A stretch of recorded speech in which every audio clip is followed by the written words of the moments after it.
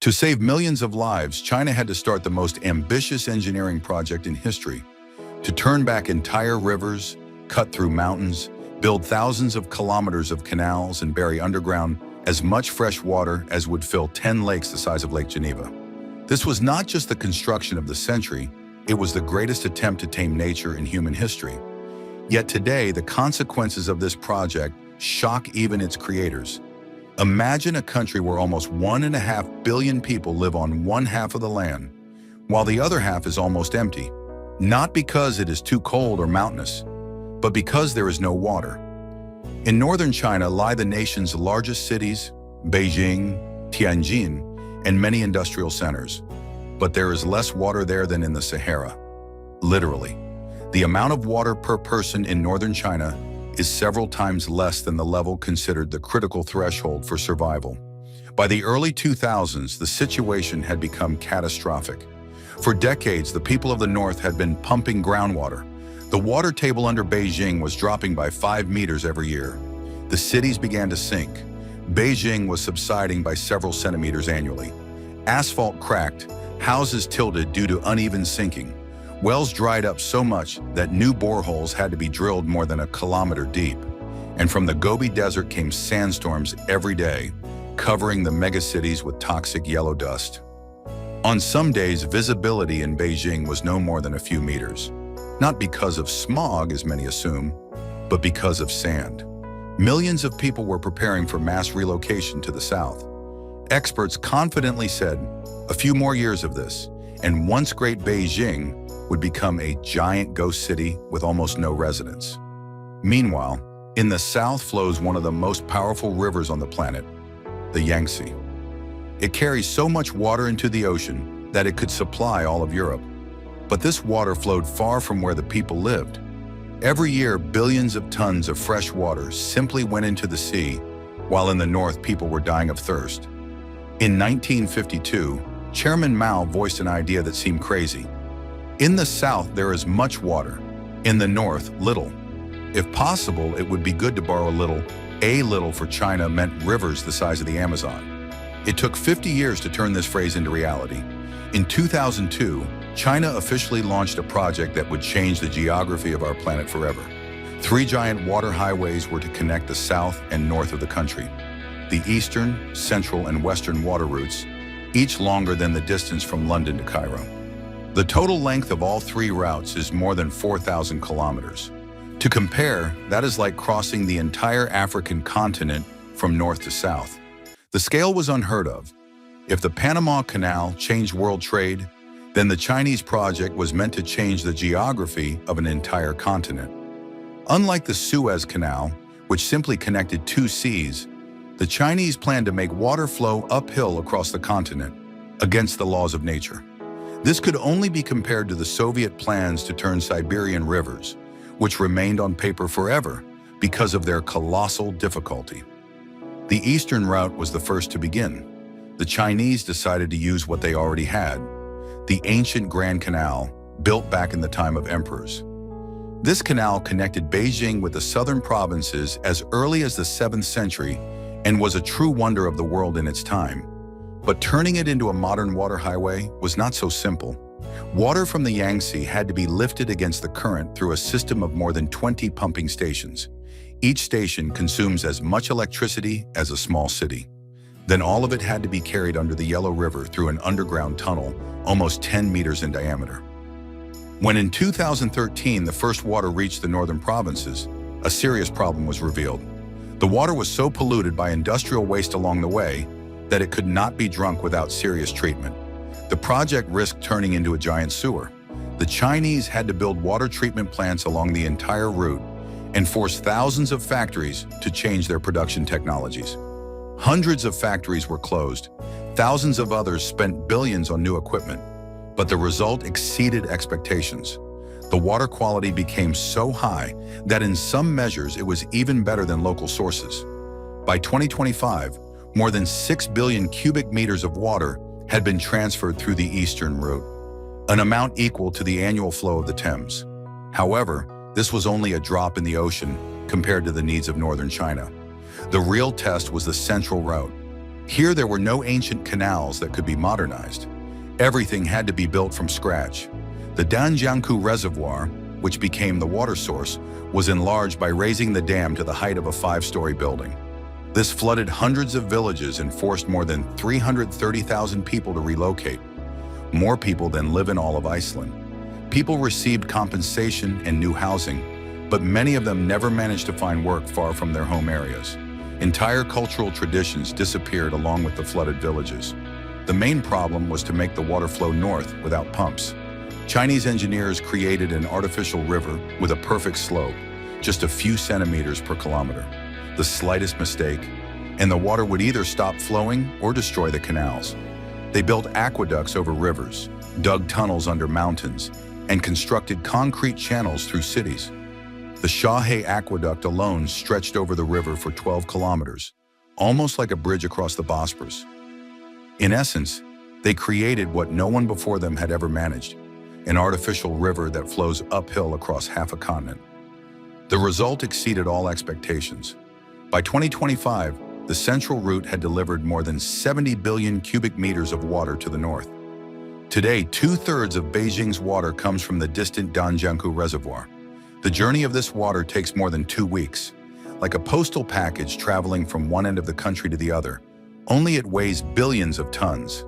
For the first time in 50 years, Beijing's groundwater began to recover. The quality of water in the capital improved so much that locals confidently say, now there is much less scale in their kettles, and the famous Chinese tea tastes much better.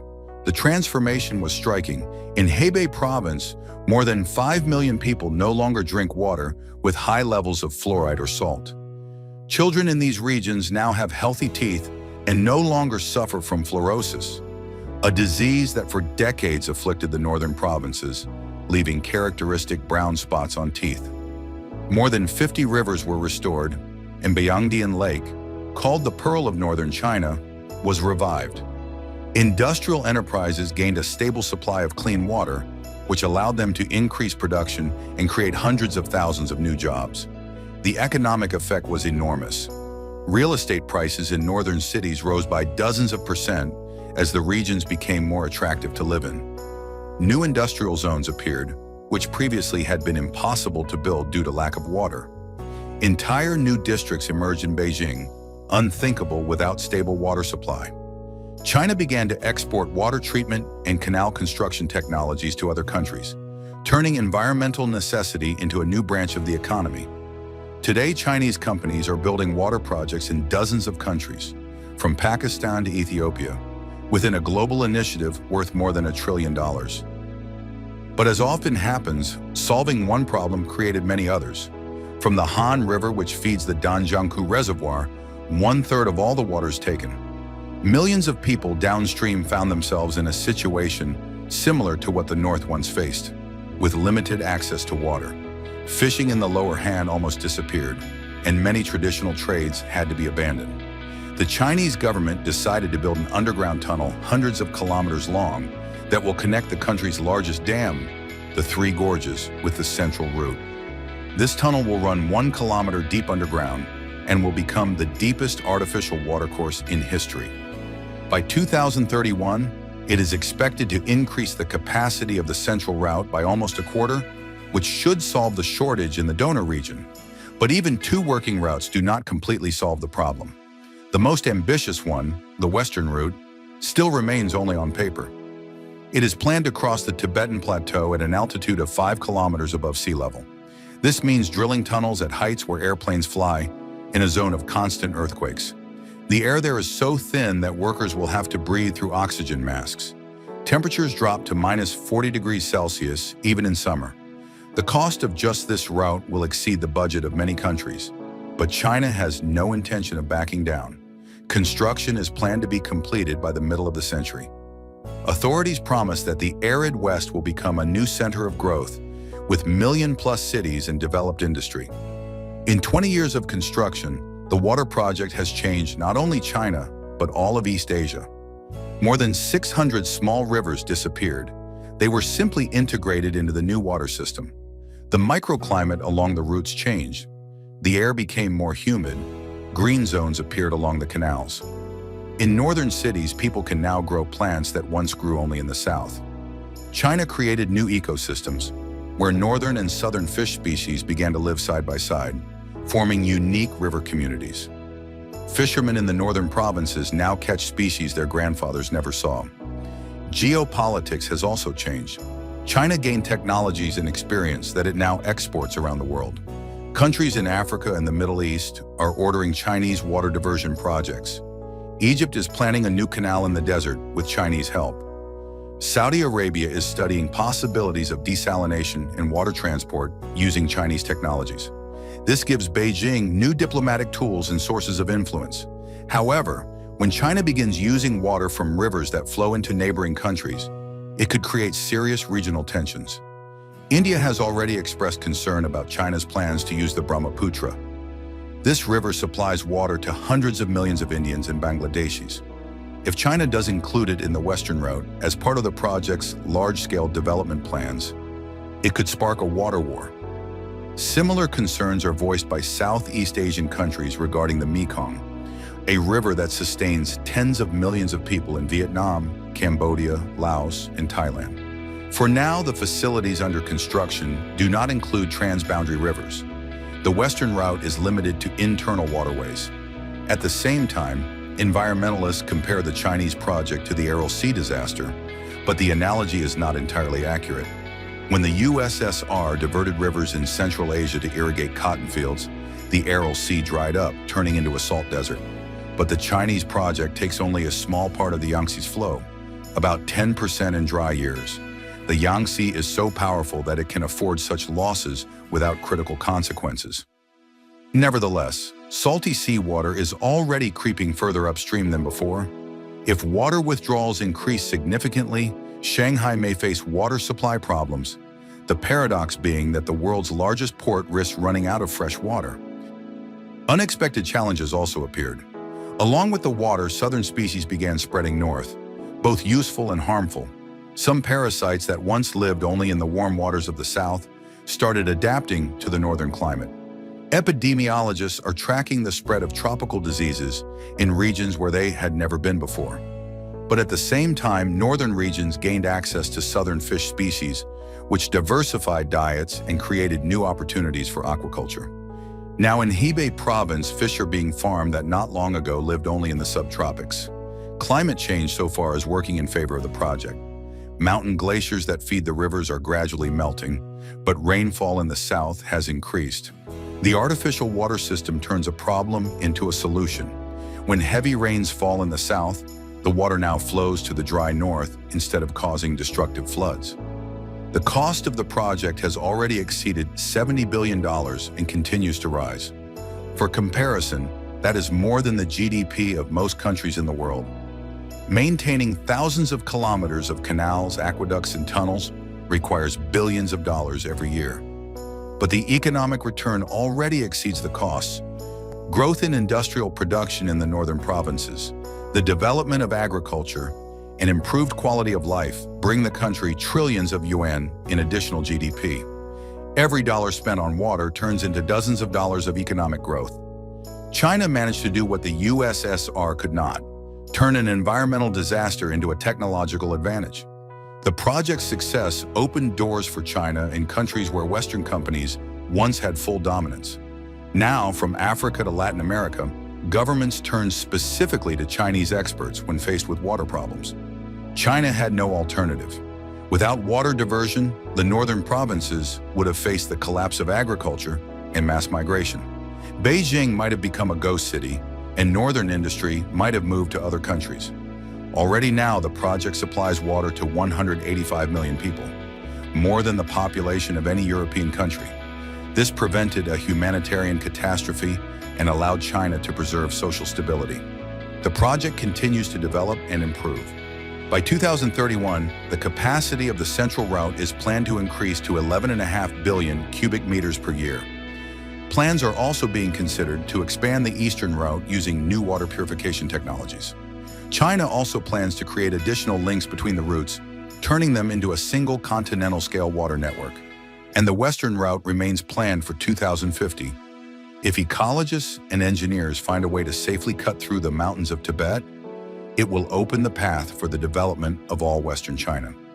There are plans to turn some sections of the canals into tourist routes. Imagine river cruises along artificial rivers that flow across the continent. China is also considering the possibility of using the canals for high-speed water transport between cities. The technologies developed during the project are already being applied to desalination of seawater and the creation of water parks and deserts. The Chinese project has become the largest engineering intervention in nature in human history. It has proven that modern technology can change the geography of a continent while creating more opportunities than problems. Of course, the price of such changes is high, and some consequences are yet to be assessed. But experience shows that with proper planning and management, even the largest environmental challenges can be successfully addressed. In the era of climate change, such projects may become the norm. China has shown the world that rivers can be redirected, deserts revived, and millions of people provided with water where it never existed before. Other countries are already studying the Chinese experience. Australia is considering a project to divert water from north to south. India also plans to connect its rivers into a single network. Even the United States is studying possibilities of transferring water from rainy states to arid ones. This is not just an engineering triumph, it is a new model of humanity's relationship with nature, where technology serves not for destruction, but for harmonizing ecosystems. China has proven that it is possible not to adapt to geography, but to reshape it for human needs. And so far, the results of this grand experiment look more than encouraging.